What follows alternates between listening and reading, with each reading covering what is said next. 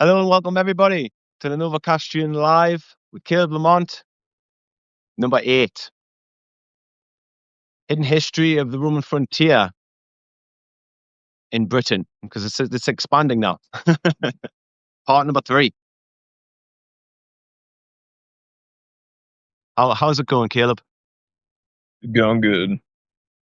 Excellent.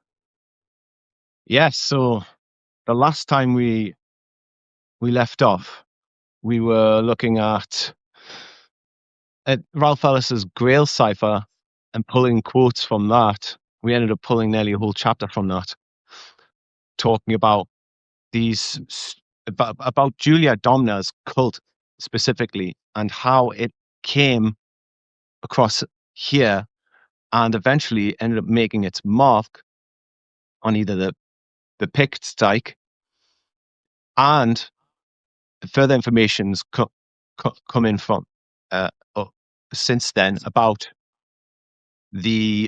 Offa's dike, which turned out was not Offa, a Mercian king, a creation of the Mercian king, as it is told, a massive 177 miles, 177-mile long trench stretching from one end of northern Wales to another, which snaked its way across and had a distinct serpentine style design to it.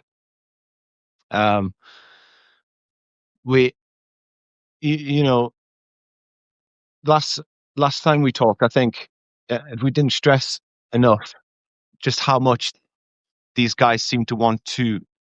It was almost like they were engraving it onto the minds of the Magi at the time, especially in Wales, where a lot of the Druids were flocking to at the time, if I remember rightly, and had set up shop there, possibly from places up in Ireland, and who had connections to Scotland, and it makes me wonder, and it makes me wonder about that certain style, because further information's come in as well from a person called Rosie, which we might have time to get into, but there appears to be an even older trench of a similar distance, of a similar size, stretching across Northern Ireland. But this one may go back to the times of Meritatin, so you've all got that to look forward to. But yes, just this idea of a snake, almost reenacting the destruction of a gigantic dragon, and using its style and its signature to carve a division in the land. And obviously it's divide and conquer, and it seems to be a cliche these days when we bring that up. But if anyone brought it back and brought it back into relevance without the cliche, it would be Sean Ross, who talks about the importance and all the facets of divide and conquer as well. But yes, you found some quotes from a book, and that one is which book is that? Sorry, Caleb.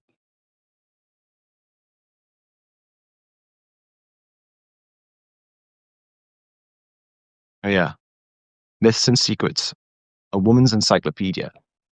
Barbara Yeah, Walker. it's kind of like a feminist type of kind of book, but really it's like an encyclopedia of sort of like a lot of Jordan Maxwell recommended it. That's why I got it, because he had it on his website years ago, and I mean it's a good reference work, but a lot of it is geared towards well, I mean, a lot of it is framed in a female biased sort of, preference or whatever. But it's a really good reference work because it has a lot of stuff in it, I mean, like, if you can think of it, it's probably in there. But yeah, has an entry on Cybele,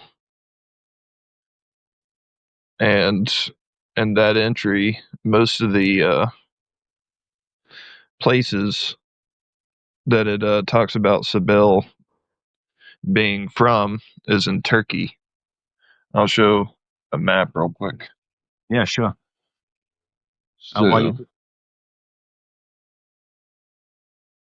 So,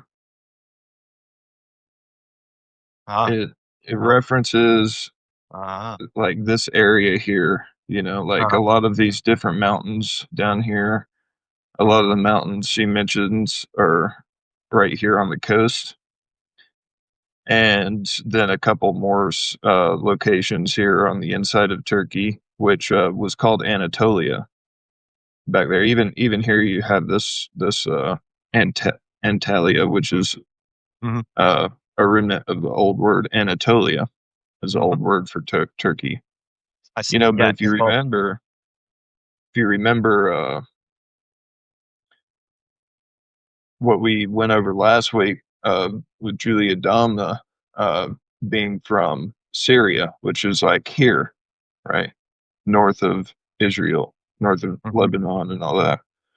So, but then we talked about also Septimius Severus being born in Libya, which is over here. Yeah. But then we also talked about how the cult came to Rome by way of Carthage, which is up here in Tunis. Like this is where Carthage is, right? So we have this whole, essentially the entire like perimeter, or a big portion of the perimeter of the Eastern Mediterranean was, peppered with locations where people were part of this cult. And we know as well, Greece, there were, Cybele was, had a part to play in Greece as well. But then eventually, Rome resisted it for a while, but, it even came into prominence in Rome as well. So, I think another interesting aspect that we're going to have to look at, in the conflict between Rome and the Druids is that it was also a conflict between Cybele and the Druids, right? Yeah. Because it wasn't all just Rome, but did the hostility lessen or go away when the Cybele cult goddess worshippers, were at the helm of Rome? No. So was it a war between sisterhoods more than it was between, dudes and emperors and all this kind of thing? Yes, we were talking last week about how the Time God statue in my town, it had a Modius on the top, and we linked that to Serapis, but I guess we did kind of mention it, but we didn't really emphasize the importance that it was also Cybele's Modius as well.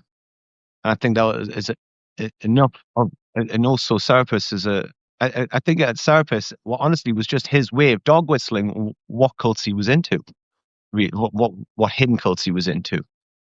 And I think when considering we looked at the pictures of Serapis last week as a snake, and also with Isis and Horus there too, it became clear that there's something else going on here other than just a fertility cult. Just an ordinary run-of-the-mill Rome cult, just like Mythbusters are often touted as.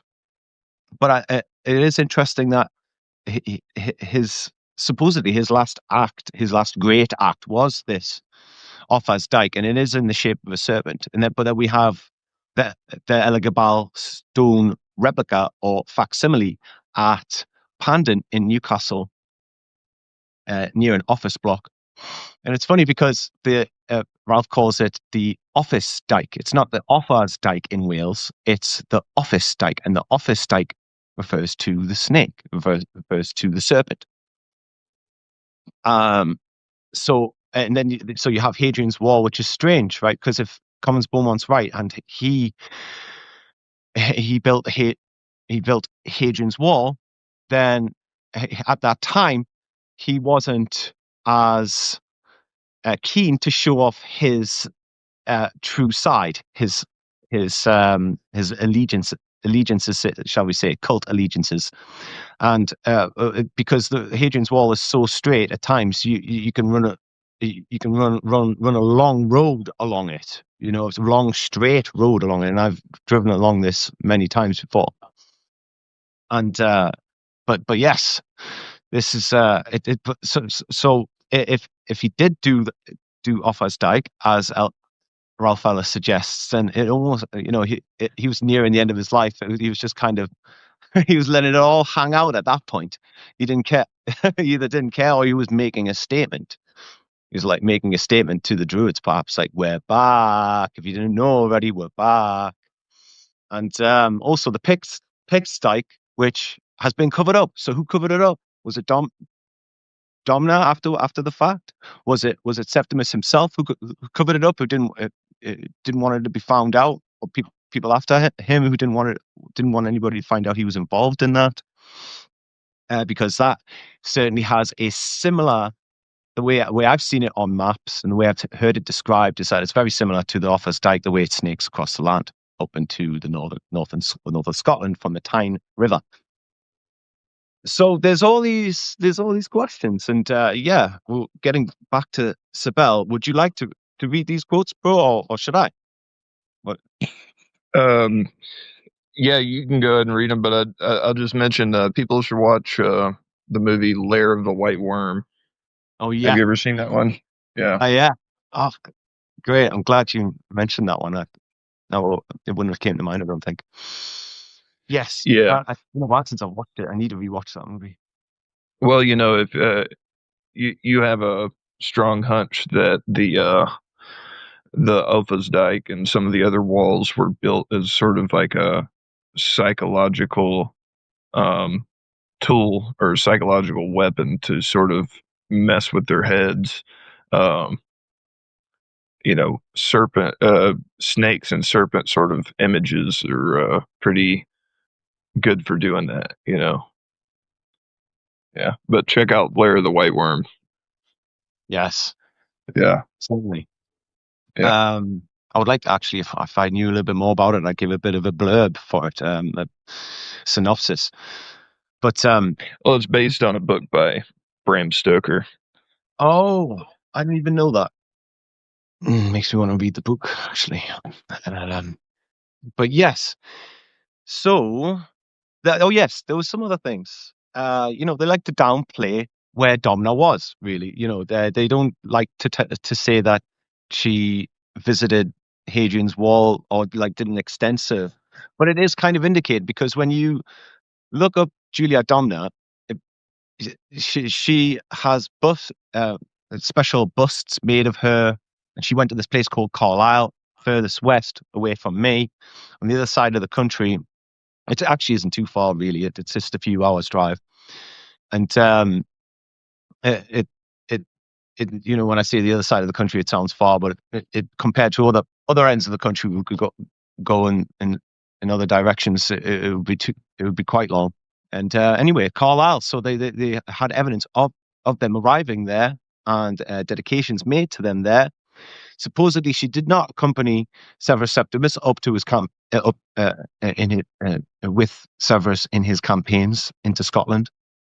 But we don't know. We know she liked to get involved with the tribal discussions, and she had a argument with one of the tribal chiefs' wives, and the British wife of a ancient British clan chief. She said, oh, I can't remember, something like you all you Romans sleep with the wrong kinds of men. You uh you you speak of integrity, but you choose the worst kinds of men and prop them up with all your might. Is not the way the quote went, but it is something along the lines of that. And Julia Domna had an equally vicious retort, from what I gathered. So she was getting involved in the whole politics of it, and it makes me wonder just how much how involved she was in urging Severus to be more severe in his attacks, and more that foreshadowing the type of Roman the state that the Roman Empire became after when Domna's so let's say ilk got into power with her offspring and her relatives, that it became more despotic and more enforcive. I don't even know if that's a word, but yeah, I'm kind of rambling. But yeah, let's get back to these quotes. So this.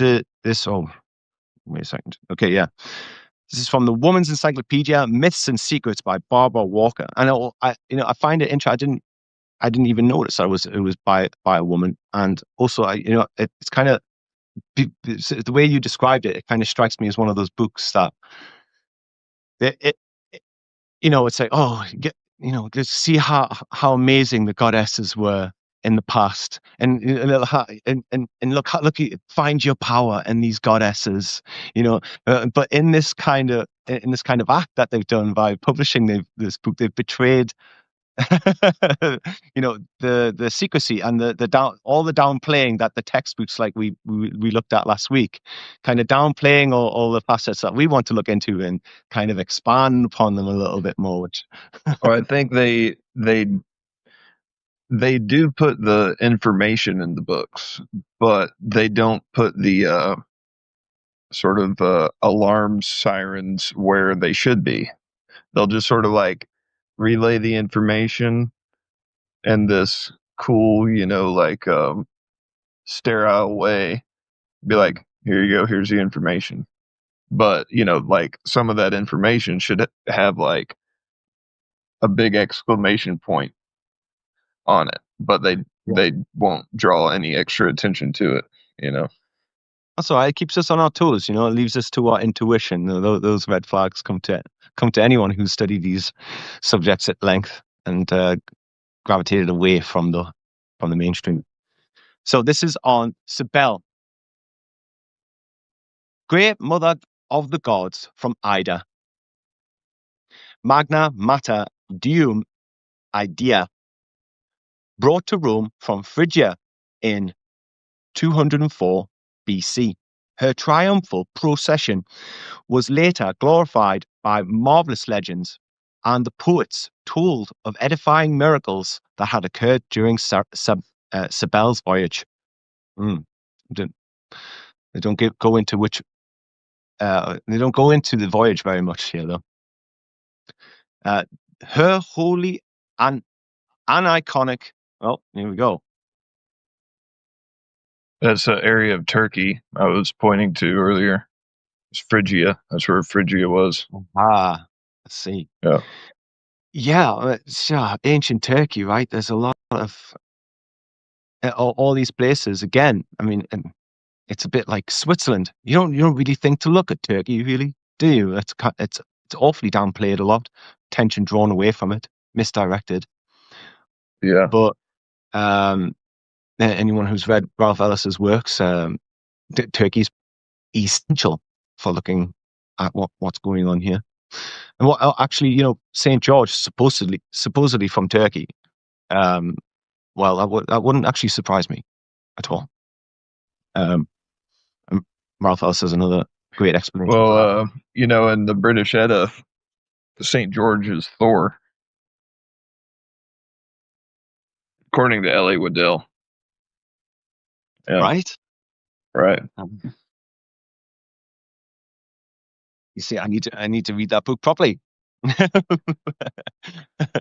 because I'm at risk of having flashbacks to all my work now. You mentioning that. So her holy and iconic image was carried to Rome by order of the Cumaean Cybele,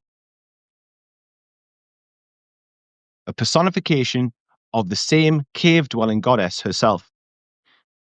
As the great mother of all Asia Minor, she was worshipped especially on Mount Ida.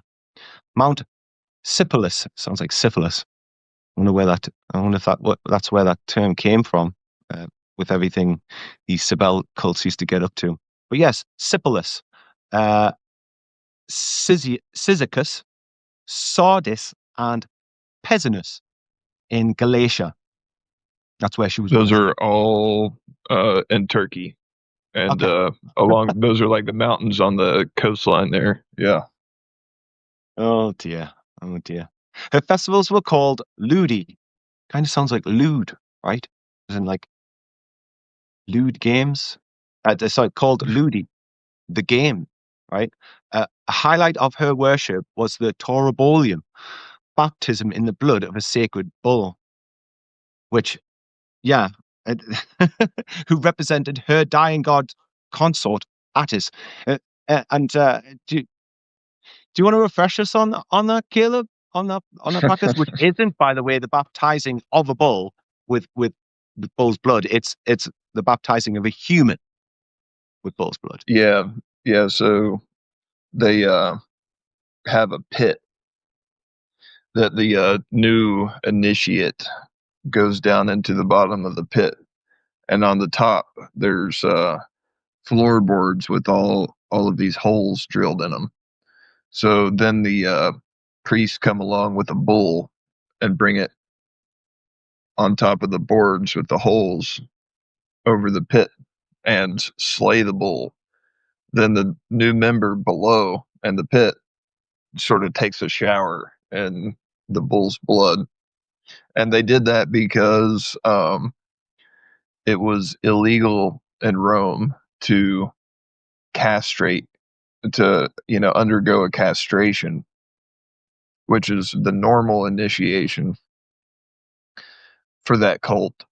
But they made this other ritual in order to bypass the castration, you know, restriction. But the concept of the slaying of the bull really goes back a long way, back to the transition of the age of Taurus into the age of Aries, and the slaying the bull was a symbol of, the end of the age of Taurus, the bull, and transition to the next stage. And there's other symbolic layers to it as well. Yes.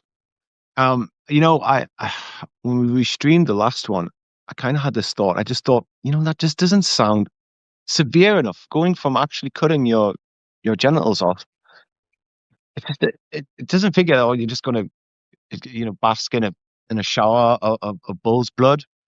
Okay, you got to let it in and things like that. You got to let it in your mouth. You got to swallow it and things. You got to really, get in there. But I don't know.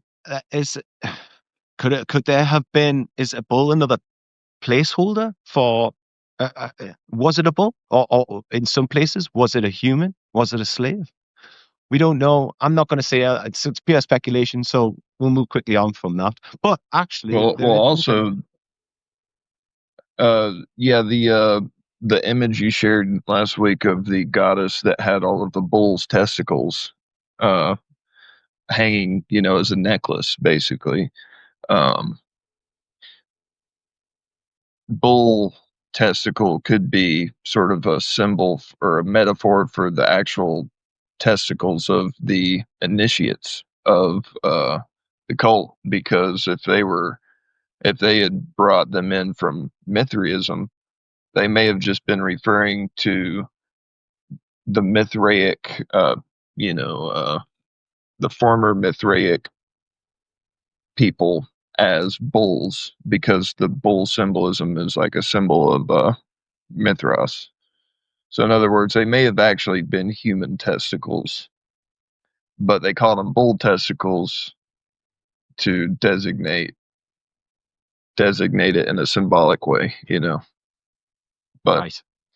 I mean, having a goddess with a necklace of testicles should raise a little concern, irregardless. Well, there's something that's always bugged me about this statue, and I've got to show you now. And I'm going to bring it up later. This thing's going to keep coming back for a bit if we continue on this discussion. But this is, can you see it all right? Yeah. Yeah. This is the time god. And he's a fountain. And the water comes out of there, almost like he's baptizing himself. But then if it's coming out of his wrist, which it is, then it's his blood, right? He also doesn't have a phallus. He has something down there, but it's not a phallus. It's almost like a stump. Is he a galli priest? Is he dancing? Is he baptizing himself in his own blood? I don't know. We'll get back to him. Oh, by the way, that is the Civic Centre in the centre of Newcastle. And above his head is a circle of 12 seahorses. But yeah, as I said, we'll get back to that one. There's a bit of a backlog. So we'll get back to the topic at hand.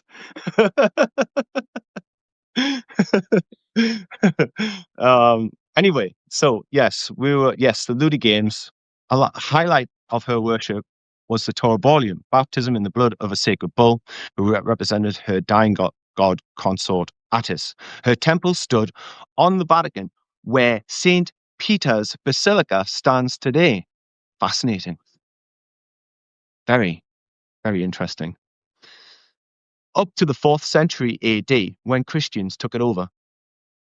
She was one of the leading deities of Rome in the heyday of the mystery cults, along with Hecate and Demeter of Eleusis. Of the I have trouble saying this name.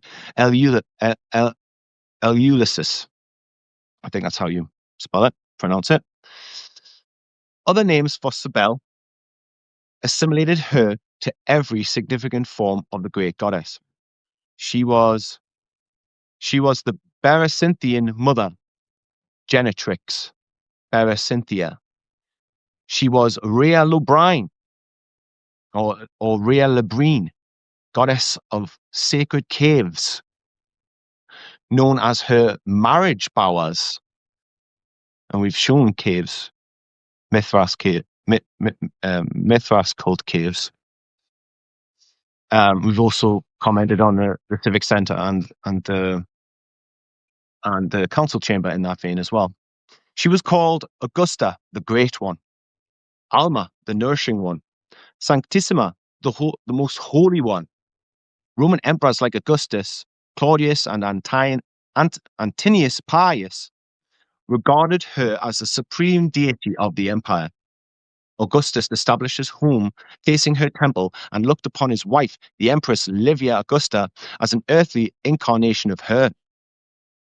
The Emperor Julian wrote an impassioned address to her. Who is then the mother of the gods?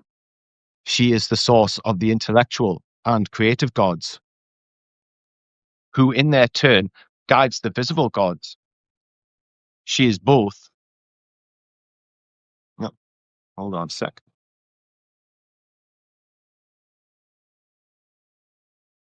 She is both the mother and the spouse of mighty Zeus. She came into being next to and together with the great creator. She is in control of every form of life and the cause of all generation. She easily brings to perfection all things that are. She is the motherless maiden, enthroned at the side of Zeus, and in very truth is the mother of all the gods.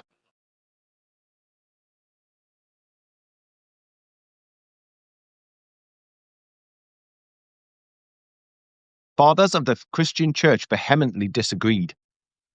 Saint Augustine called Cybele a harlot mother, the mother not of the gods, but of the demons. One of her names, Antea, made her the mythical mother of the earth giant Antaeus, who was invincible as long as his feet remained in contact with his mother's body, the earth. Heracles conquered him by holding him up in the air. Churchmen believed the powers of witches came from the same sort of contact with Mother Earth. Arresting officers often carried witches to prison in a large basket so their feet would not touch the ground. There was a Christian sect founded in the 2nd century AD by Montanus, Mountain Man, a priest of Cybele who identified Attis with Christ. Montanus maintained that women were agents of the goddess and could preach and prophesy as well as men. This contradicted the Orthodox Pauline sect, which followed St. Paul's rule that women must never speak publicly on holy subjects.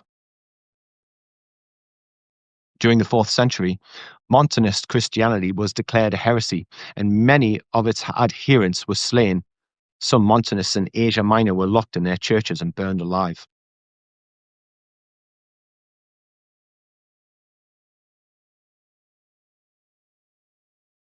All right. Did you have anything else to say on that, man? No, just gives a little bit more, fills in a little bit more blanks, but it mainly just talks about,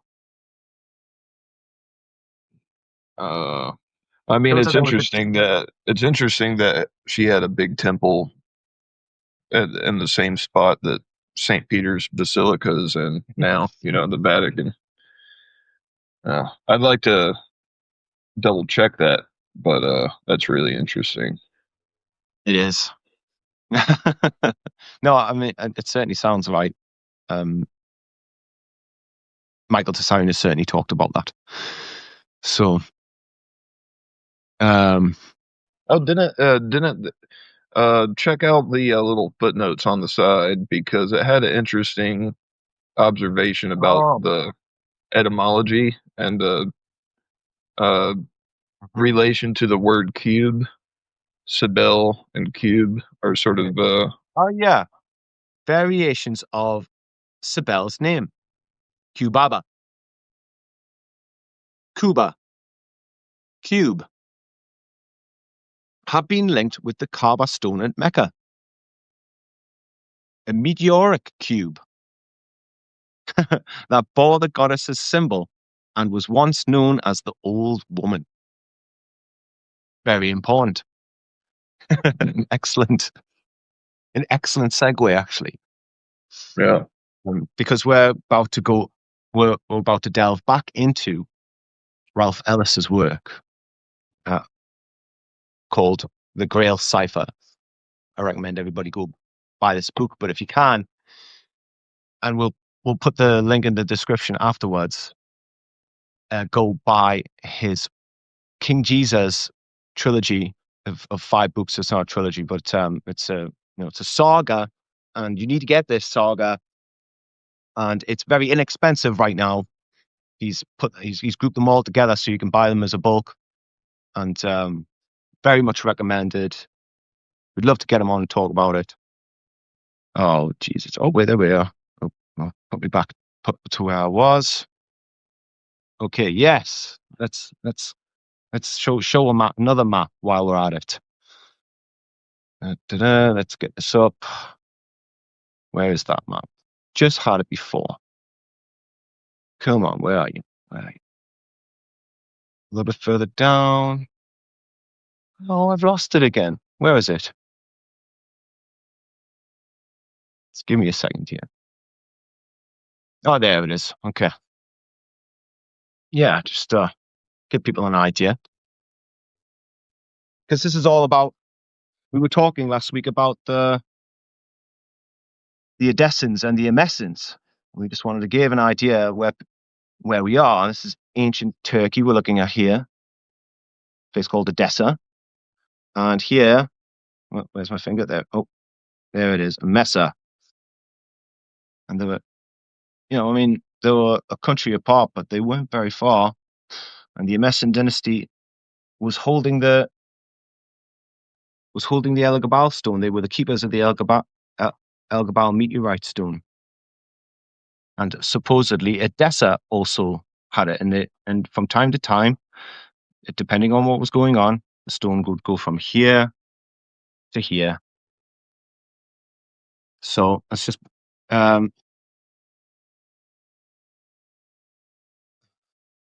it's just something to bear in mind as we talk about this. Now, yeah, we'll continue with Ralph and his Grail cipher. It was demonstrated in Jesus, King of Edessa, that this sacred conical stone that Emperor Elagabalus venerated was the very same sacred conical stone that the biblical Jacob venerated when he was near Haran, just south of Edessa. The pillar or stone that Jacob anointed with oil. But it was also demonstrated in that book that Jacob's ladder, which was in the same location as the sacred stone, was actually a reference to the sacred hill at Sogmator, near Haran, which was also the necropolis of the Edessan monarchy. And okay. No. Oh, come back to me now. All right. Yes. So right now we need to take a look at these places. Sogmator, for one, which is really interesting. It's just amazing. So there's Shemus and there's Sogmator. Okay.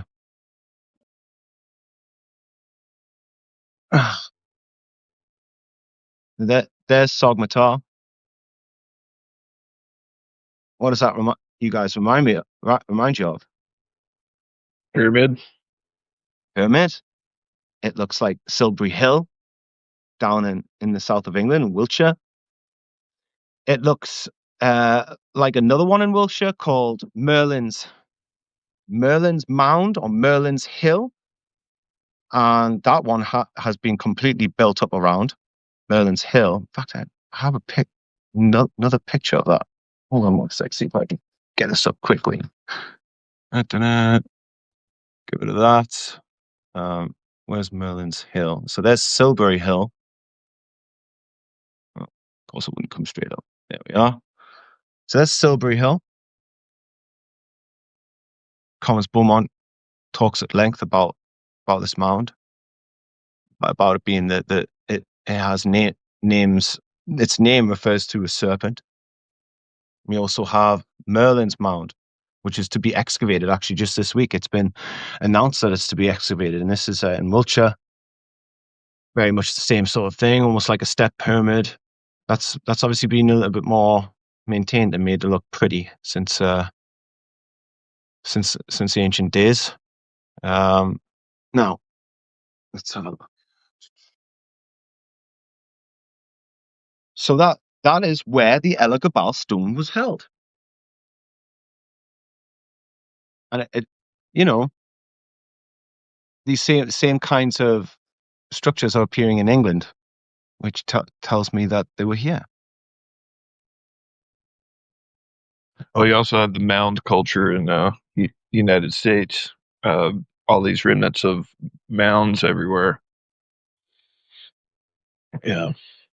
Yeah, I mean, tell me more about that while I'm just looking at this to see. Yeah.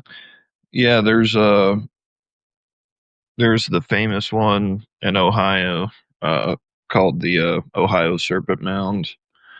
But there's a lot of other famous ones, but there's a lot more that sort of go under the radar as well.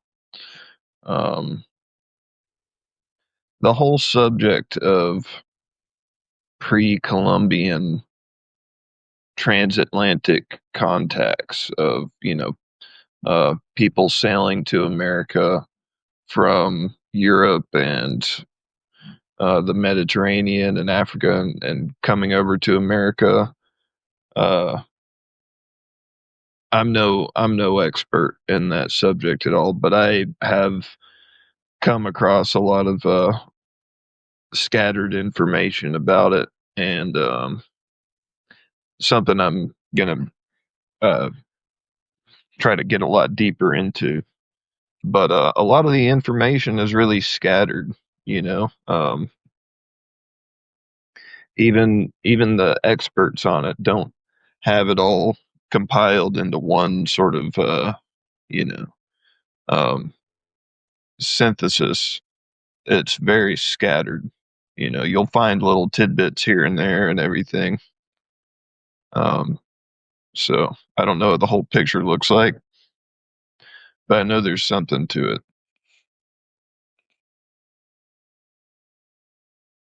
So yeah, anyway, so at Sogmatar, the Ark of the Covenant and its sacred stone are said to have been located here in the 2nd century. It was further demonstrated that after many long and eventful travels, Jacob's sacred conical stone was relocated back at Sogmatar once again in the 1st and 2nd centuries AD by the Edessan monarchy. And the Ark of the Covenant was also installed upon the hill at Sogmatar as the coins of King Whale clearly demonstrating. That's interesting. King Whale. Sounds like Wales, right? Thus, it is likely that these were two strands of the same royal family, the Emesans and the Edessans, who were living in close proximity to one another in Syria. And after this lengthy interlude, we must return now to the original question of why Offa's dike was given this name. We have already established that the dike was most probably built by Emperor Septimius Severus in the early 3rd century AD, and Severus Septimus does have a strong link with Britain and Arthurian history because he died in York in AD 211, just as Emperor Constantius died in York in AD 306. And the great-nephew of Severus Septimus was Emperor Elagabalus, who was a galli high priest of the Elagabalus, the sacred conical Arthurian grail stone. And the Galli Gaels were the high priests of the Nazarene sect, or the Galileans, as they are known in the New Testament Gospels. Yet the Nazarenes were simply the Aramaic names for this sect, while in the Greek they were more often known as Orphites, the Serpent River sect. Okay, they were called the Serpent River sect. Now, yes. Give me just one sec. Whoa.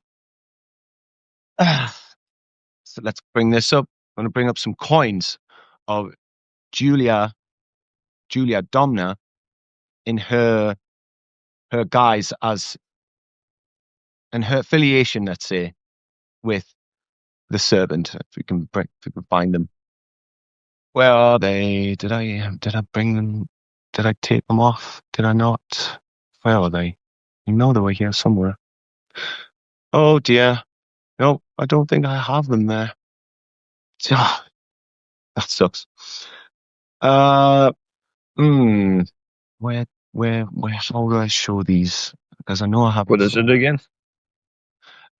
Julia Domna, as represented with the serpent, and I was sure I had. Is it on the coins? Yeah, it was the coins. Yeah. I can pull those up. Yeah. Oh. Yeah. Did I send them over Telegram? No, but I have a link that has. Oh, so good. Do it. Maybe. Maybe. Maybe. Oh, I thought I had these, but instead it's the I got mixed up because the Elagabalus stones are just as gold as hers, very shiny. But anyway, Ralph has a little description of them here. So, 2 coins of Julia Domna showing her close affinity with serpent imagery. The upper coin is said to be an Agatha Damon a good luck charm. But this is more likely to be an image of the shining serpent, the sun god Helios in the image of a serpent, which is why the serpent wears a sun halo. The lower coin shows two winged serpents pulling a god in a chariot. The god is said to be Demeter, but the god in a chariot wearing a radiant halo is normally an image of Helios.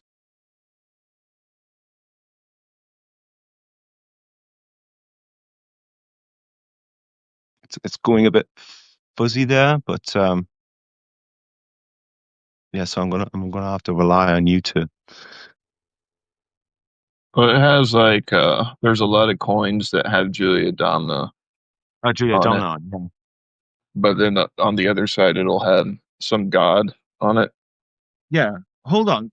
I have Kindle on here. I'll just bring it up. I'm pretty sure I'm at the right point. So just give me a sec. Shouldn't take too long. But I just thought there was something interesting about it. The whole just link. There isn't many of them actually of those coins. But with Julia Domna as a serpent, but there is one that I have. I have Julia Domna's coins where she's surrounded with animals like a Hamat de Vera zodiac or what's the Egyptian one called again? The Dendera. Dendera zodiac. Yeah, very much like that. Let's have a look now. Julia Domna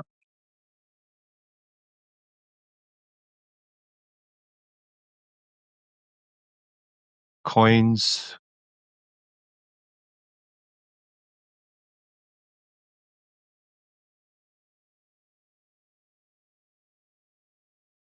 Here we are. Okay, got it. There we are. Right. Okay. Whoa, jeez. Yeah, we do need a better setup here.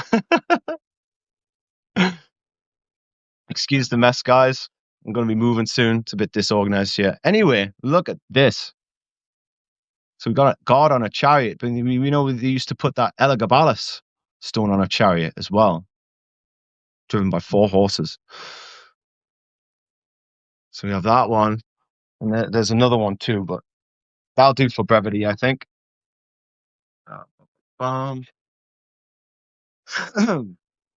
So we have. Maybe we should get the other one up, just because. Yeah, there was something to do with the Helios nature of it that I found really interesting. Again, just because of the time god with his Modius. Oh, sure. Here I just Burning came coal. across something. Go ahead. I never heard it expressed this way before, but on this page, with all the coins, it shows Cybele, and it says, Cybele, the Phrygian great mother earth goddess, was born a hermaphrodite, but castrated by the gods, she became female.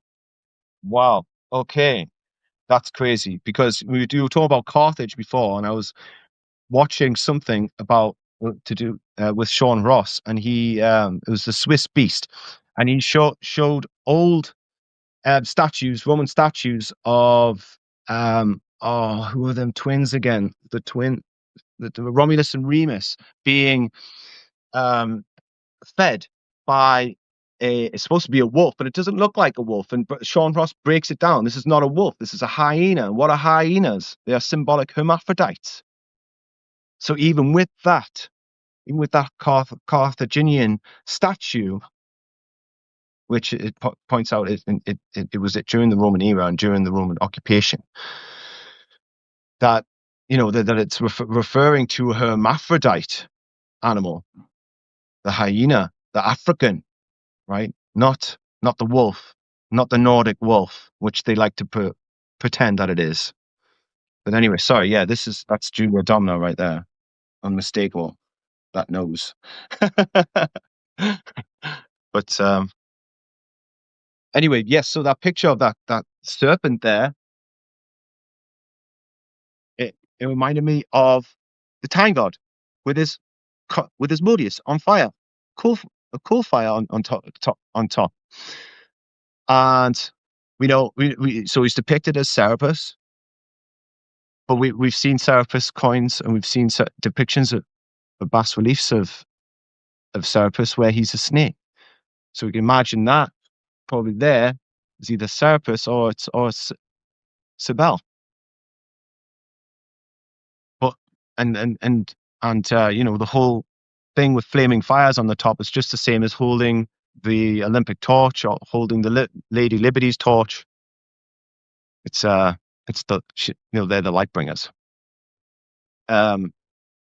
So yeah, and you said she was castrated, right? I mean, almost like taking away her wings, fallen angels. But anyway, maybe that's a discussion for another time. Okay, getting back to it.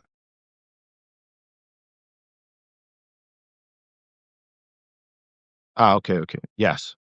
High priests of the Nazarene sect, or the Galileans, as they are known in the New Testament Gospels. Yet the Nazarene. Okay, no, sorry, I've already read that part. So, yeah, just to show you how similar and how crazy this goes into. And I need to show you that because Ralph in the book he shows a picture of the conical hilltop fortress of Shemus, just east of Hama in Syria. The fortress on top of this volcano is thought to have originally been constructed by Semiramis, direct descendant of Julia Domna. And I'll get that up just to show you, because Ralph Ellis actually showed us these things just in passing in our live stream with him. And we were getting all head up. We were like, what? We hadn't seen this kind of stuff before.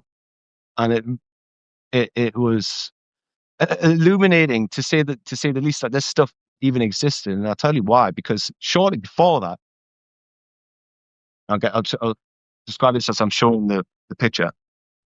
See, when I get a rhythm with this going, it's quite fun, just moving. It's a bit rustic, but I don't mind. It feels very hands-on. But this is Shemus in Syria, and Ralph Ellis, he brought it up last time out.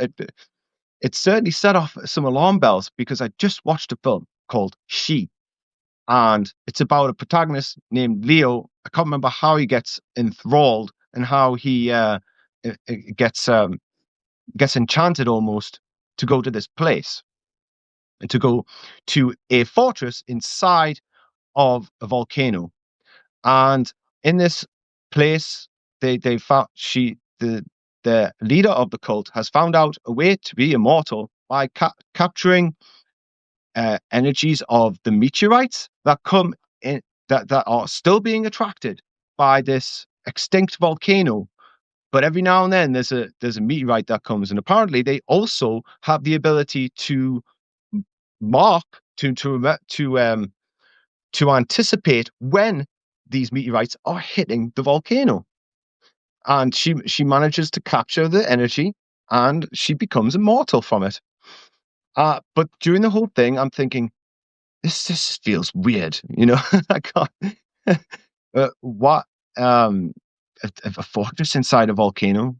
I mean, it's kind of the Comments Beaumont talks at length about how these cults worship volcanoes. And I wondered what that would actually look like. Why would you want to get close to one of them? Well, I think we're looking at it, ladies and gentlemen. We're looking at just how involved they actually were with volcanoes when they set their home or their military fortress, their dwellings on top of this thing. And it's a very fascinating movie. It's a Hammer horror movie. you guys should check it out. It's there's a few versions of it. It's the Hammer Studios version of it, and you guys should check it out. There's a lot more to say on that. I hope I'm remembering all my points that I made from that. But these fortress on top of the volcano. There we go, guys. I mean, what do you even say to that? I mean, there are places in Scotland, hilltop fortresses, and they have their inclines. The hill has been scorched. It's been melted. Like the soil, the rock around, has been melted. Why was it scorched? Was it scorched during a cataclysm? Was it done using some kind of technology?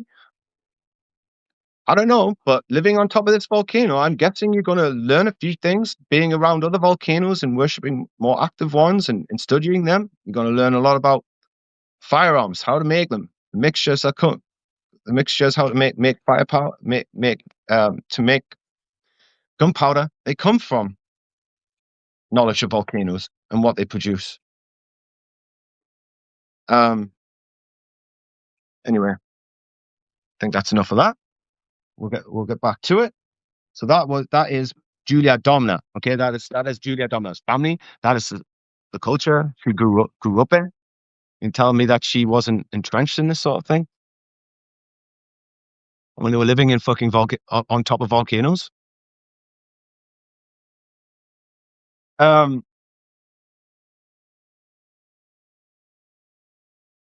yeah.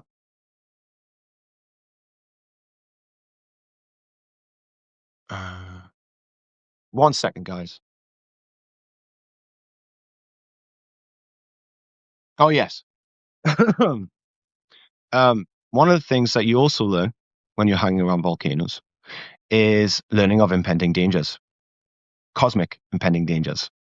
The volcanoes start to go crazy once one of these big comets are about to hit, and they did. And supposedly in the northwest of Scotland, that is where the real Deucalion was, according to Collins Beaumont, and he was warned by Mount Prometheus that a major cometary impact was on its way. So we're not just talking about firearms and how to make them, we're also talking about how to time your conquests as well, along with so many, prepare your people for what's coming. Just be like, there is going to be mayhem, guys. But we're going to know, we're going to see it, and we're going to see it coming. These guys aren't. We're going to have a massive advantage. And God is on our side. Trust us. You see that volcano? That's what it's telling us. But yeah, were you going to say something there, bro? Yeah, there's a lake in Montana that so it will get agitated when there's an earthquake on the other side of the planet somewhere. So in other words, it's like you wouldn't even detect it on a earthquake detector. What do they call that? Seismograph. Yeah. No reading whatsoever. But the lake senses it, right? And it starts going crazy.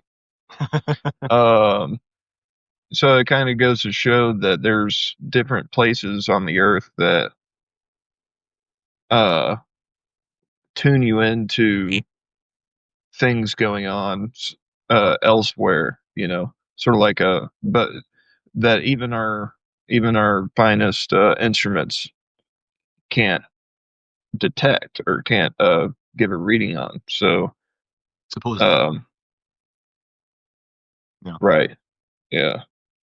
So I do think there's an element of truth to that. I do think they have other devices, though. They have a thing called Comet, COMET, which looks at all the data, the world's data, the global data, and it all goes to this big hub called Comet, and it does gets all the weather reports in, gets all the forecasts in, and charts them all and things like that. It's a big international organization. Yeah, but that's plugged into. That's getting information that's being collected elsewhere. But could it figure all that stuff out just by gathering just by like, 1 antenna of like just sensing what's in the environment right there, wherever the machine is, I mean, Yeah. look, I mean, we don't tell people. We have our own private group, and on there, we keep an eye on things.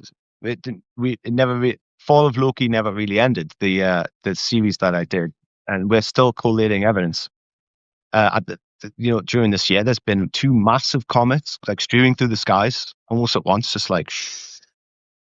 And at one point, they were like, I think someone took a photo of them both going in the same direction at the same time. I don't know how real that photo was. We do know that Mount Semeru's kicked off. We've got Etna kicking off. We've got Popocatépetl. If you actually try look up some of these non-funded, independent Mexican chroniclers, let's say, not chroniclers, compilers of footage from volcanoes, surveillance footage from volcanoes. Wow, you're going to see things on there, and I'm going to make you go, what the hell? What the hell? Is this aliens? I don't think it's aliens. If you need to look into plasma and plasmoid creation, and how volcanoes are geomagnetic conducers, which concentrate geomagnetism to and foment this power from them. Their funnels like literally produce these rings of plasma that go up in the sky, but not just plasma, but plasmoids, and they almost seem to have a life of their own. And I'm not saying that all of them are like that.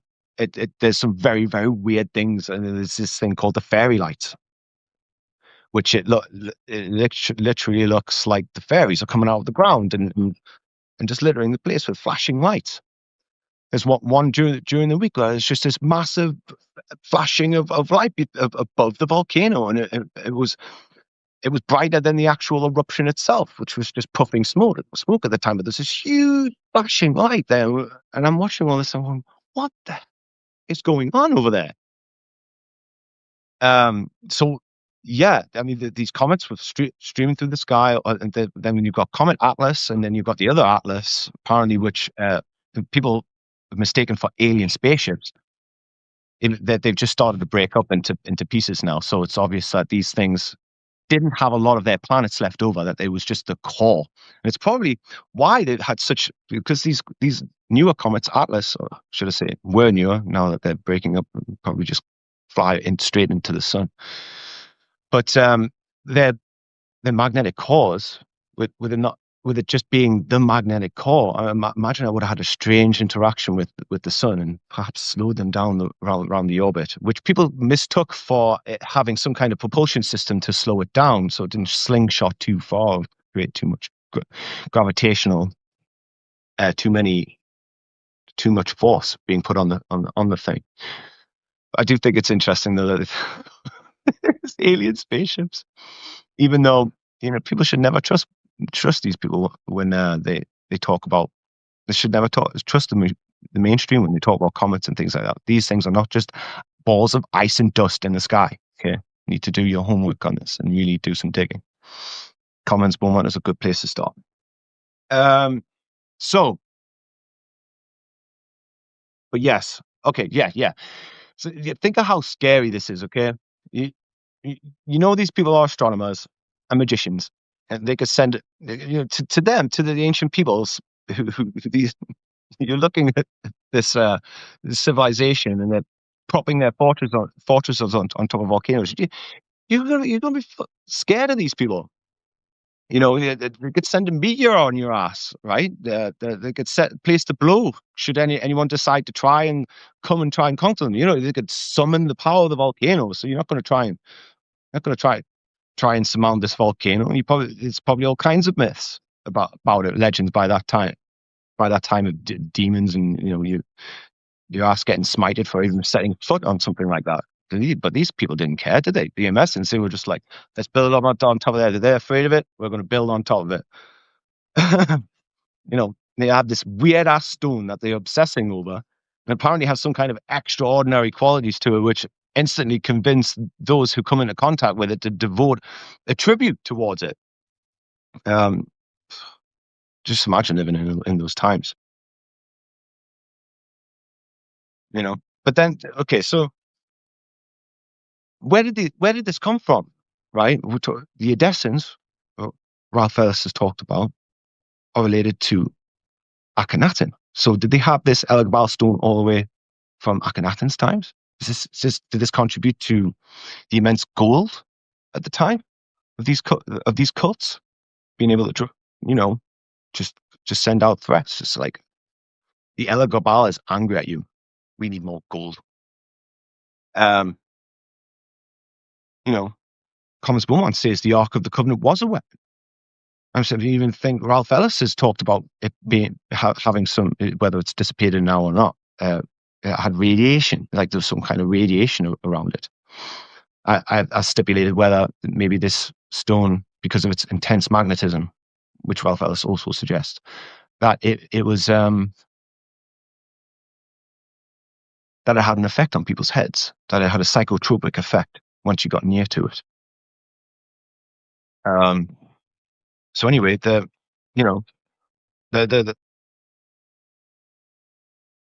well, yes. So I mean, what was going on with these people at the time? The god of what were they telling their people? The god of destruction has sent us this, and we will do his bidding. We will enter into marriage with the god of destruction.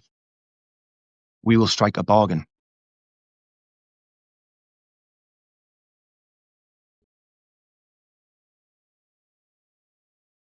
Yeah. Anyway, Thomas Beaumont said that these people would time their attacks with these celestial events.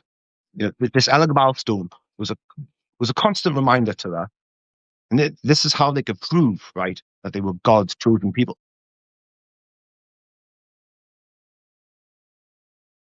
Pharaoh Tutankhamun had a dagger which was forged from the iron of a meteorite.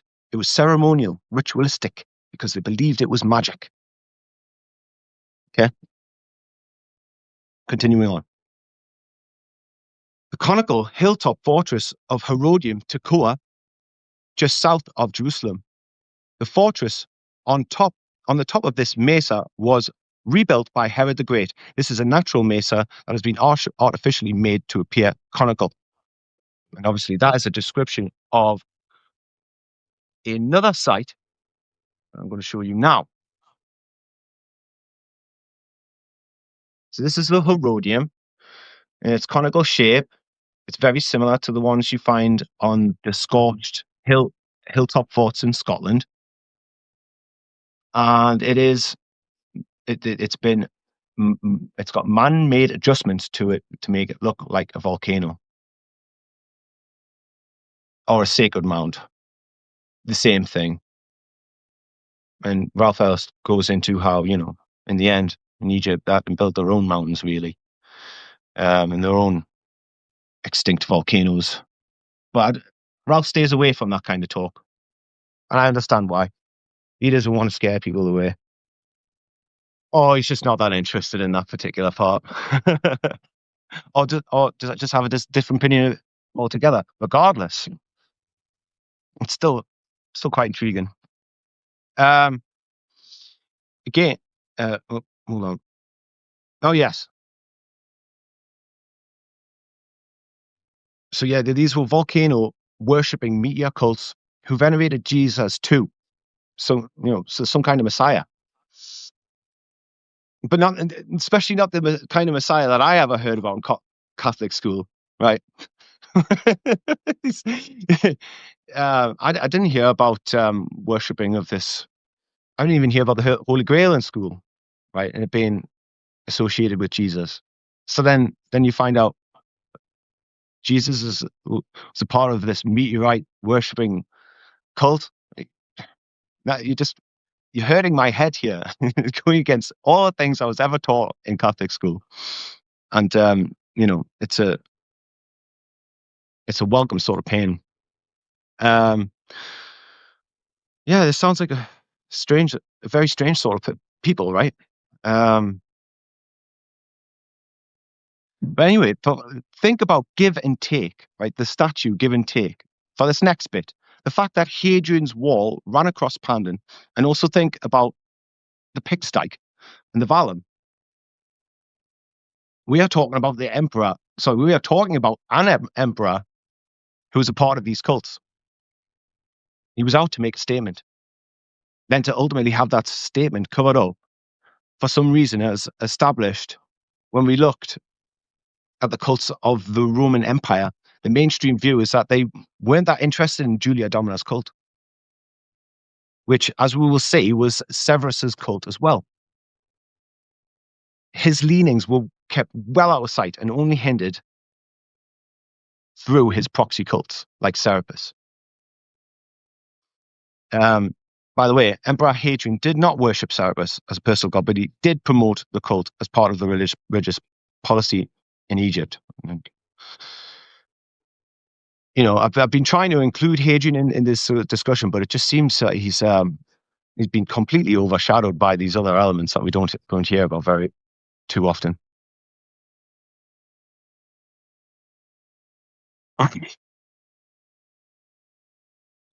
And this may well be why the Severn Wall was called Offa's Dyke. It not only resembled a great serpent winding its way through the countryside, it was also built by a Roman imperial family who were very closely connected to the Nicene-Orphite creed. Julia Domna was a daughter of the high priests of the Elagabalus Holy Grail, who were obviously Nicene-Orphites. While her great-nephew became Emperor of Rome and a castrated galli, high priest of the Elagabalus Holy Grail.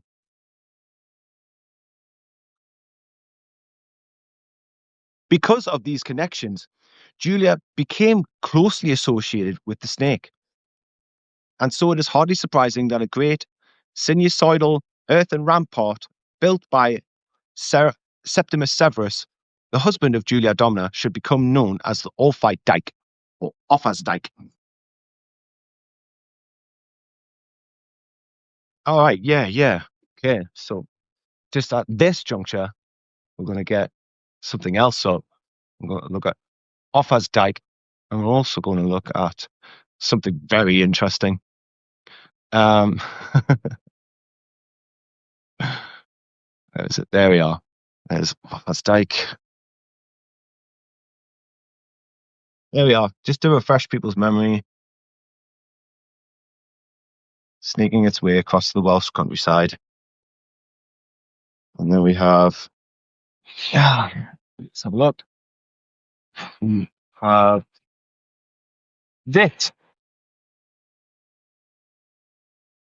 which was amazing to find. I stumbled across this thanks to Sean Ross again, who showed the Fauci. This isn't the Fauci, by the way. This is a coat. This is a coat of arms. It's the blazon of Calagrinant of the Knights of the Round Table.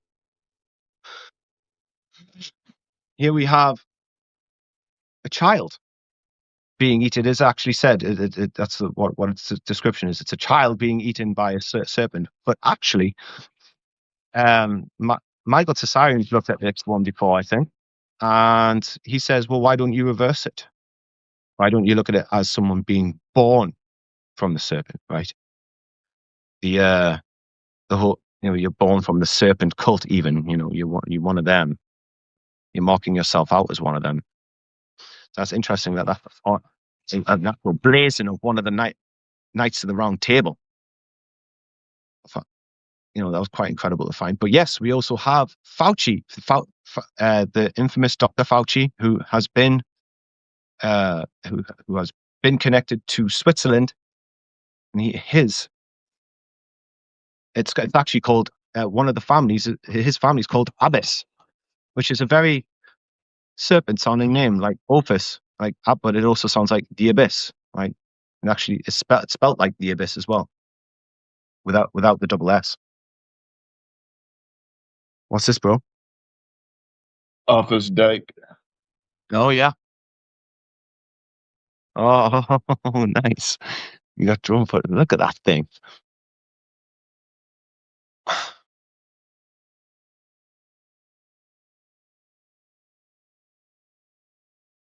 One 177 miles long. And while Caleb has that up, there's an older one it appears. It isn't as well distinctly marked out. It's been well covered up in my reading of it. It's called the Black Pig Dyke, and it stretches from Northern Ireland. I need to actually look up the picture of this thing. While this is on the screen, this is excellent, Kill. But Rosie or Raz, I can't remember her show's name right now, and I'm totally when this is published, I'm going to put a link to her work, because she had last night approached you with some information about this black pig stike, and the way what she described about it was really interesting. I'll wait until Caleb's finished there to show you the stuff I found on it that Raz gave to me. She said, I have a similar earthwork that I have within my study area. I haven't dug too deep into it. It's called Black Pig Dyke, near to the burial place of King Menes at Knockbany, County Tyrone.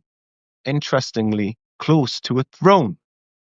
And I speculate that the Black Pig Dyke relates to the Egyptian snake demiurge Apep, which totally, I'm totally on board with this idea. As soon as she said it, I just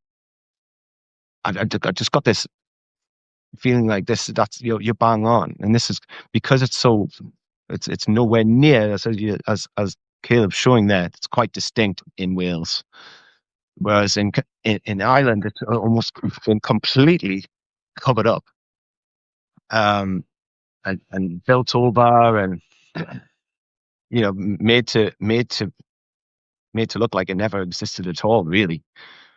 But it's very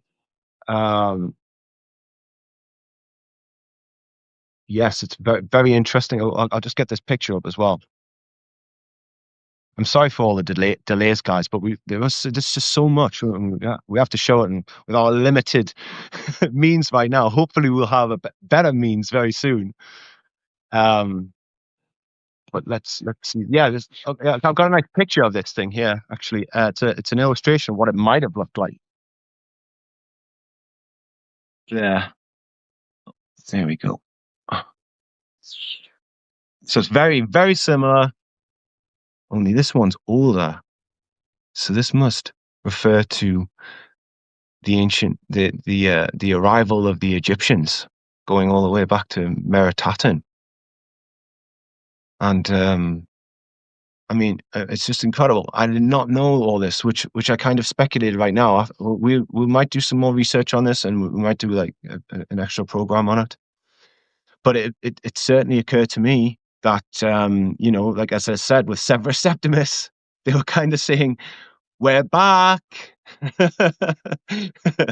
You thought it was the Romans, right, with our nice straight walls? Oh no, sorry, we're back, and we've come for the rest. So yes, there is that little oddity before we move on. Just extraordinary. So thanks again to Raz for that bit. Very helpful. What else now? Yes, Fauci done that. Yeah. Okay. Yeah, I'll go a little bit about Calogrenant. Calogrenant, sometimes known in English as Calgrievance, and in German, Calogrenant, among many other variants. And I'll just skill. There's Gallogrenans. That's interesting, isn't it? That's another variant, like Gale, Galli, Galligrenan. And you've got any more interesting ones here? College grievance, college grievance, which kind of makes me think of a college, and what that has. So even college has a reference to the Galli priests in that as well, which is intriguing. So anyway, he is a knight of the Round Table and cousin to Yvain. He first appears in Yvain, the Knight of the Lion, by Chatillon de Troyes. So there's a little bit of extra information on that. Now we go back to Grail Cipher by Ralph Ellis. The Nicene Nazarene. The Nicene Nazarene were also the sect that Prince Seraph Nascian of Sarras was strongly linked to earlier in this chapter. As I'm going through, there are going to be things that we can't cover completely, and we'll say, we'll read it as if we actually know what we're talking about. But I am learning just as much as you guys as we go along a lot of the times. So if some of these names seem unfamiliar to you, they probably seem unfamiliar to us as well. So you're not alone in that fact. And this stuff is it is worth a proper study and a look at everything involved in it, but we just don't have time. So moving on. The Nicene were the Serpent River sect, while the name for Seraph Nascian, the brother-in-law of King Abelach, was Serpent. And because of the strong links that exist between Sarras Palmyra, Queen Helena of Edessa, and King Isa's Jesus, a very strong argument can be made that the Nazarene and Nicene sects were one and the same sect. So that's the Emesan and the Edessan and Domna's and King Jesus's cults. So all of the early Christians were known as Nazarene, for there was no other usage of the name at that time. That was a quote. This was not because Jesus came from the town of Nazareth, as Epiphanes and Math maintain, for that town did not exist in the first century, as Acts 24:5 clearly says. Saul, Josephus, was accused of being from the Nazarene sect, not from the city of Nazareth, and the Nazarene were an influential Judaic sect that long predated the Gospel era. In fact, the name for the Nazarene sect was derived from a surprisingly yet familiar source. It came from the Aramaic Mazaroth, meaning zodiac. Okay, so the Edessans were an offshoot of Akhenaten's dynasty, which had to leave, exiled to modern-day Turkey, on the border of Syria, a place called Sanliurfa. It's called Sanliurfa today. One with a remarkable history and some curious sect activity. Who were the Nicenes? The Syrians, and Nazarenes, the Edessans. Well, Ralph talks a little bit about it and hints at something later. Oh, Jesus, that's very interesting. So Jesus, Isis, James and Saul, Josephus were all from the zodiac sect, or perhaps the astronomer sect of Judaism. So the Nazarene Ebionites were not Christians by any stretch of the imagination. They were proselyte Jews who were closely linked with the Sabaean astronomers of Syria, and Epiphanius, or Epiphanius himself makes this distinction between the simple Judaic and Orthodox Judaic aspect of these sects quite clear. Since the primary icons of veneration for these galli priests were the Elagabalus, I'm far away. Hold on. I didn't actually put the quote in there. That's silly. Well, basically, it just says one of them observed the Judaic rites of passage, the circumcision, I can't remember what he said. That's a bit embarrassing, but never mind. Moving on. But he basically said one practices as Judaism and one doesn't. Since the primary icons of veneration for these galli priests were the Elagabalus, Omphalos stone, and the zodiac, we shall see more evidence for this in chapter 7. There is a much better etymological root for the gallis that utilizes all the information now available. This alternative root is the Aramaic word gal, which is relating to all things circular. It is from Gal that the name for Galilee was derived, which is pronounced as Galil in the Hebrew Aramaic, which means circle. And these Galli priests were often called Galileans. as we have seen. But did this name refer to the region called Galilee, or did it refer to another type of circle altogether? Surprisingly, the latter is the correct answer, as was narrated in the previous books in this series. If readers walk 4 furlongs south of the old city wall of Tiberias in Galilee, they will come to the archaeological site of the Hamat zodiac.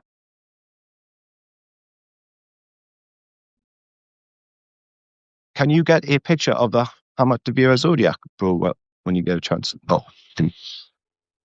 Yeah. yeah. Wondering if I have one close at hand that I could send it to you. I can't. Ah, yes, I do. I'll just send this over. There we are. So the Hamat zodiac here in the Hamat synagogue is one of the most detailed and accurate processional zodiacs in all of Syrio-Judea, a zodiac that will become central to the story in later chapters. We are looking for the original galli hat, the original great circle of the galli priesthood. Circle. There are none finer than this. There are none finer than the zodiac at Hamat. So yes, Sir Galahad's name translates not simply as Great Galli, referring to the Galli priesthood, but it is also symbolic of the great circle that the Galli priesthood venerated. Have you got that up yet, bro? I can show it now if you want. Have you sent something to me or no? Oh yeah, send it over Telegram. I didn't see it. Yeah. But here. Yeah, there you go. Yep. Hamat to 0. Yeah. We've got Helios in the middle there. These are Jews, guys. Apparently. Just worshipping zodiacs, right? With Helios in the middle there. Totally Jewish thing, right? That's what we've been told.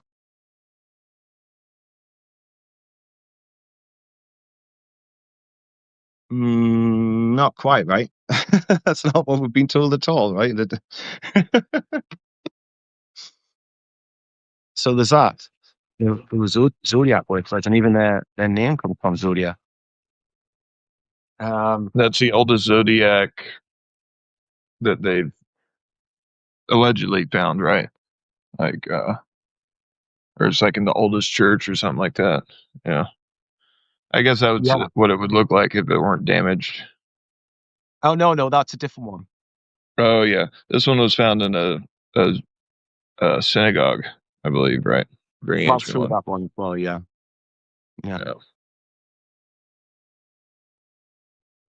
Where was I? Yeah, but they venerated the zodiac. Yeah. But the zodiac is not the only great circle that the Nazarene Galli priesthood venerated, but is merely an earthly representation of that much greater circle in the heavens above, from which the Elagabalus stone fell in great antiquity. The real great circle of the Galli priesthood was the zodiacal sphere that serenely rotates around the earth in its curious treble motion, the daily, seasonal, and millennial dance of the constellations in the heavens above. And it was the millennium motion of the great circle that produced the processional great month and the processional great year. the great month of about 2,140 years, and the processional great year of about 25,680 years. When the Elagabal, the primeval mount or primeval egg of the phoenix, heralded in a new cosmic era. What is give and take heralding in? I think it was built in 2007, which makes it very close to the new millennium. Right? I'm gonna get this photo up while I'm talking about this here, because this is important. I mean, when I was reading that, I was like, if I put a quote in here that I can't riff on top of? But then, of course, then he hits you with primeval egg of the phoenix. I mean, you think I'm overstating the astonishment there, Caleb? Well, Yeah, it's like so. I mean, one of the other ones, one of the other pictures I was going to show was this one, and this one comes from Securitas or Securiades, and he's another knight of the Round Table, and he has his coat of arms, his blazon was a primeval mount, a black primeval mount. So yeah, we're talking. Apparently this is all so far away, but apparently it's so near as well. But, let's get a picture of. Oh yeah, we got those pictures that I took the other day. They're very interesting. This I actually, I live right next door to this thing. Well, practically anyway. It takes like 5 minutes to ride down there, and so we got. This is a photo I took the other day, and as Caleb pointed out, there's 3 descending steps there, and that's important as well. So there's that, and we've established that. But I mean, this is the thing. Have we actually heard Ralph Ellis say that it was an egg? Right? Have we heard him say this during this whole book? During this us looking at the quotes of the Holy Grail? Have we even talked about the egg being the stone being an egg of the phoenix, and it bringing in a new cosmic era, and this being built just after the era? Would this not look like it was heralding in the new millennium? There's more, right? There's more. I'm just gonna shuffle across here, see if I can find it. Oh yeah, okay. So right next to it is this thing here. Okay, you don't see this any other place in Newcastle, and I'll zoom in on it. Caught my eye one time when I was looking at wild man. Let's have a look. See if it's here. Ah, here we go. So we got yeah, okay. The Worshipful Company of Purveyors. So we've got a royal society getting involved in the paving of this thing. Haven't seen this anywhere else in town. Nowhere else has been given this award. They must have really done a good job of paving this thing up, right? Is that how they spell pavers in England? Pavers. Yeah, honestly, I don't know. I just know paving means paving a pavement, Right. And I'm guessing. So, I mean, if you look at the, see if I can zoom in on these, on that coat of arms there. 3 books, pyramid on the shield there, or a chevron. Same thing, really. And on there, we've got something we've been seeing with the Freemasons of Wallsend. We have a very similar motto to the Freemasons of some of the Freemasonry lodges, which is all about building. Like, we shall build it high. We will rise and build, and these kinds of things. What does it say on there? So, have a look. Because we have in a way, I mean, it doesn't strike you as a beehive, but listen to this. you could think of it as like a piece of a beehive too, right? That rock, the give and take stone, be like the severed hive. The severed hive, right? Which actually named one of my songs from my metal band. So God can raise. It's the motto says, God can raise to Abraham children of stones. Now, children of stones, an egg. They just built an egg and then put that sign there. The children of stones. Who the heck's Abraham? Who the hell are they talking about? Why Abraham? It's a royal society. Why are they talking about biblical character doing this? But I mean, Abraham. I'm pretty sure Commons Beaumont talks about Abraham, Abracadabraham, saying that the head druid of Britain, the living embodiment of Hermes, Yeah, being called there's people Abraham. who throw or try to cast doubt on that being a real translation of Abraham, but I've seen in at least 3 different books that were over 100 years old that exact rendering of the etymology. Father Ram, Ab Ram. So People are like, but it's called, what is it called? Give and take. So why are you calling it the egg sculpture? And it doesn't. There's no indication that people think that this is an egg. Right? You would think that, right, Caleb? You would think that, right?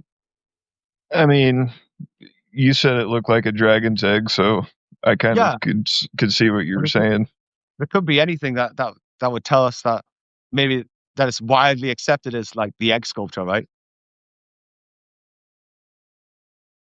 I don't know. Well, let's have a look, yeah. Okay. Okay. Sandgate gate egg sculpture. Huh. Yes, it's called Sandgate as well, and we'll get into that. Harold Bailey talks about the sand gates. I mean, this is nowhere near a beach, guys. This is like 6 miles away from a beach. Actually, 6 miles this time. And Sandgate egg sculpture. That's what it appears as on Google Maps. So it must be widely accepted as a freaking egg, right?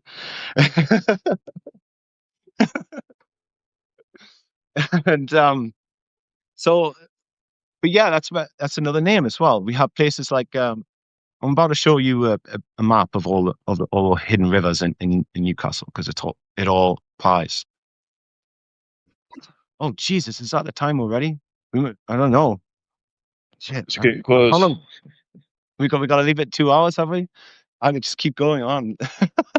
Don't believe this is going to carry on for another Part discussion. 4, part But it's 3, true. 4. We haven't even got to the craziest stuff yet. Like this is Oh yeah. it's just gonna get wild. Okay. So you're saying, my energy has been so low today. I'm still yeah. recovering from my shit last week, so Oh yeah, I've yeah, just been sort of just sitting back, listening to you. But this is good stuff, though. I mean, yeah, it's good stuff. I know, right? And like I said, we haven't even got to the best bits yet. So I don't know. Should we get into? We've only got 15 minutes left. Damn, I thought we'd really have enough time to get into it. What do you think? Should we leave it here, or should we keep going on a little bit longer? Just give a little taste, and then we'll Get a little taste. leave Okay. give a little taste, and we'll leave it dangling for next week. All right. No problem. So anyway, yeah, in terms that we have a sandy fad here, and we have Sandgate here, and there in the actual area of Sandgate, which is about 100 meters down the way, we have 2 sculptures that are very, very interesting. Again, right near the river, right near a hidden river, and they I mean, I'll just show. You know what? We'll show that later. We'll show that later. And back to Ralph. Everything about this huge circle in the heavens was of great magnitude and of great import. Thus, the Nicene Nazarene Galli were the Nile serpent sect, who venerated the processional zodiac and the sacred Grail stone. And one of their primary religious sites was at Hamatavira on the shores on the Sea of Galilee. So we've already shown the Hamatavira zodiac. This is yeah. So this is where I'm going to show you the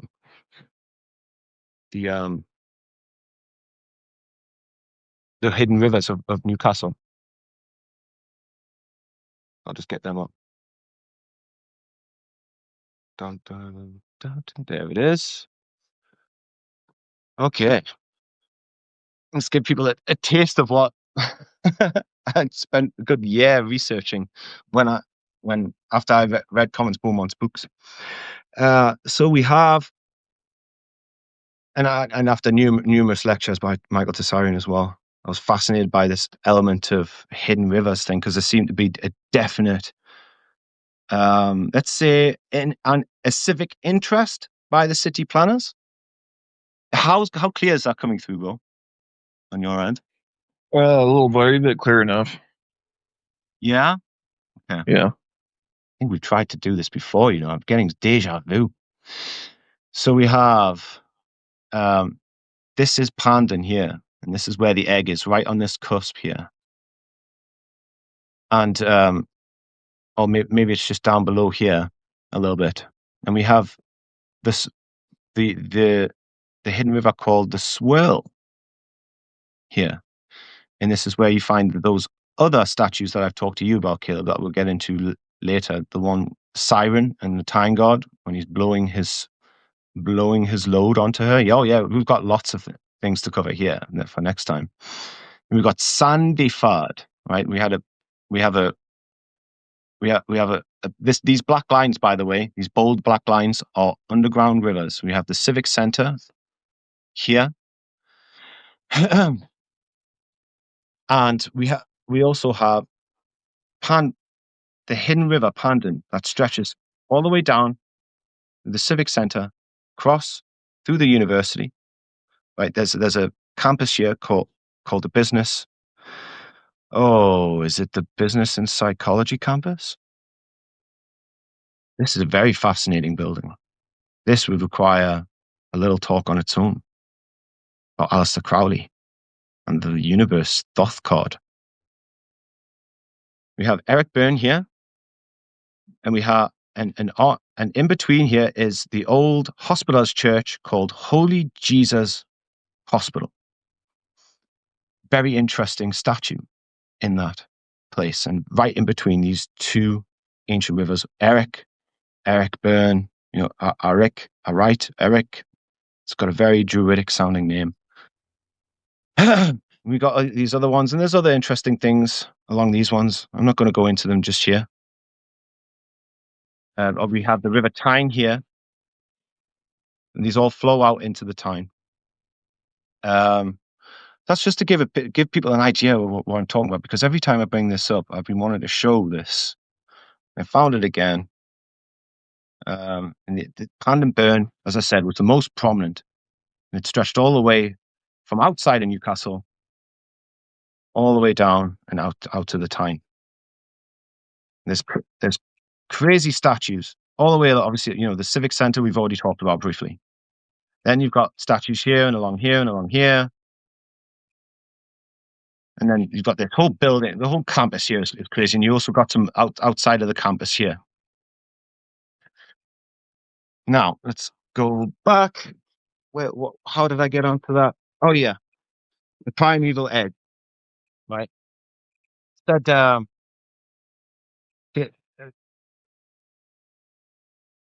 Ralph Ellis was talking about how these this is how they would place their temples along rivers and near rivers, and you have this primeval egg produced at the bottom of Pandon Dene, here along the line of Pandon up to the Civic Center, as I showed you in the map. Okay, you have this line that goes all the way up to the Civic Center, and you have this great zodiacal circle which the galli priests are named after. You have the zodiac, which the Elagabalus stone came from. Okay, let me get another picture up.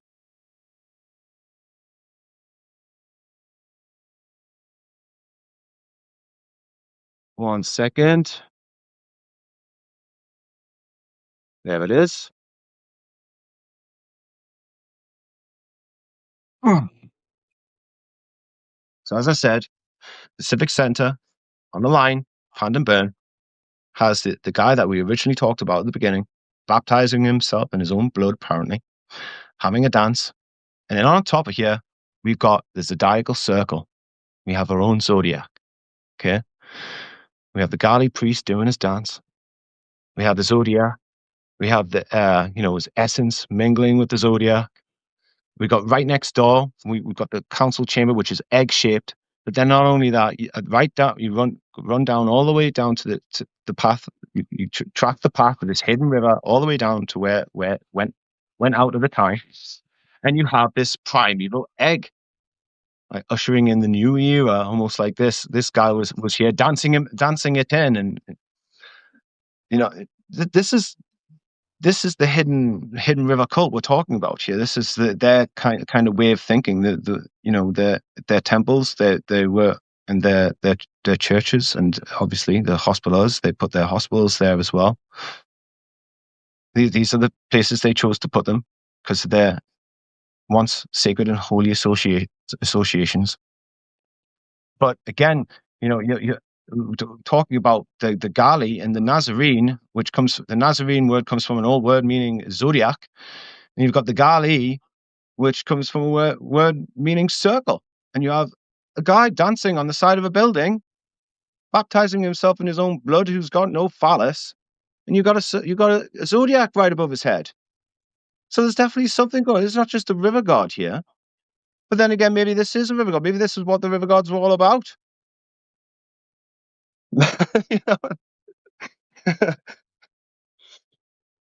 So,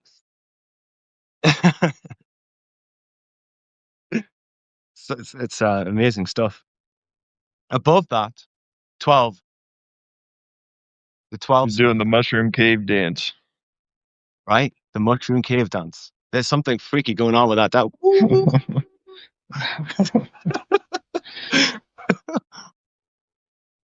What is that guy on? And he's quite big. He's like a giant. We'll not harp on about the giants, But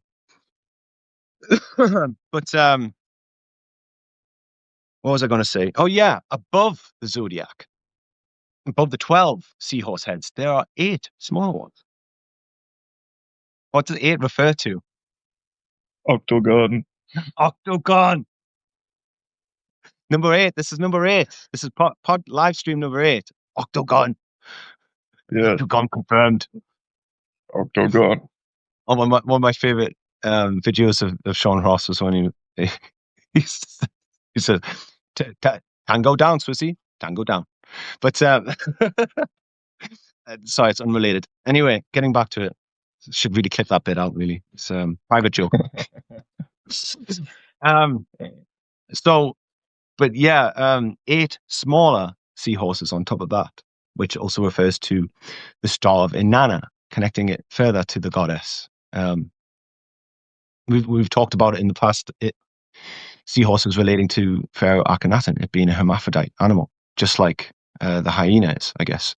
It's a hermaphrodite animal.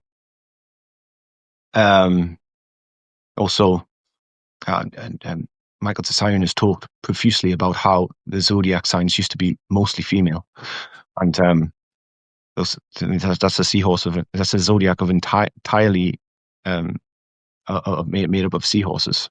Again, referring to the whole hermaphroditic female nature. Right.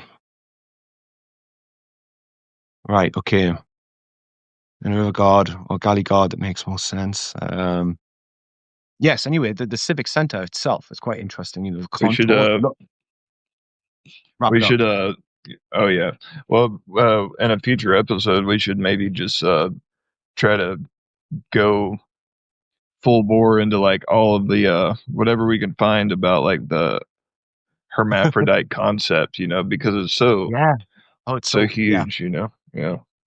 Like what were they really thinking about it, Mm-hmm. Yeah. The androgyne, the Adamite. Very interesting. Yeah. It features Yeah. large and so many places and things. Yeah. One of the things was Caleb was saying during the restream of number 7 was that guys should check out Age of Gemini that he did on Unslaved. People should go check that out after this, obviously. It's fascinating, but in Caleb's typical style, you'll be listening, doing your thing, and then he'll just hit you to the side of the head with some information you just never heard of before. It makes you think differently, for a little while, before you go back to ordinary day life. So yes, but it's also very relevant to what we're talking about here. Let's see, is there anything else? Contours of the building look like... Yes, the Civic Center, the contours of the building, especially in the back, they look like an Egyptian mastaba or something like that. It's quite queer. The whole if you look on there's a map of the Civic Center, and it looks like in cruciform layout, and it almost looks like a symbol of Osiris. I mean, the whole thing's white, so it's like white ashlar.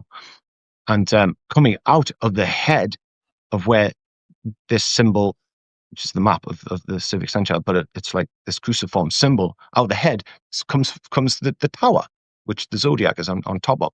And it also kind of looks like the Djed pillar from ancient Egypt too.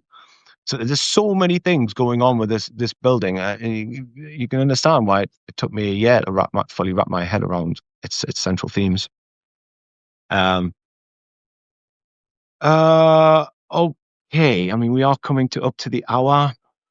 I think that's a good place to leave it for now, because we go on to more Arthurian legend and talking about Sibel a little bit more, and then we get onto the real heavy stuff, which I don't really want to give away. I don't really want to hint it, other than it gets weirder. It's not just about the cosmos and about things being sent from heaven and then making assumptions.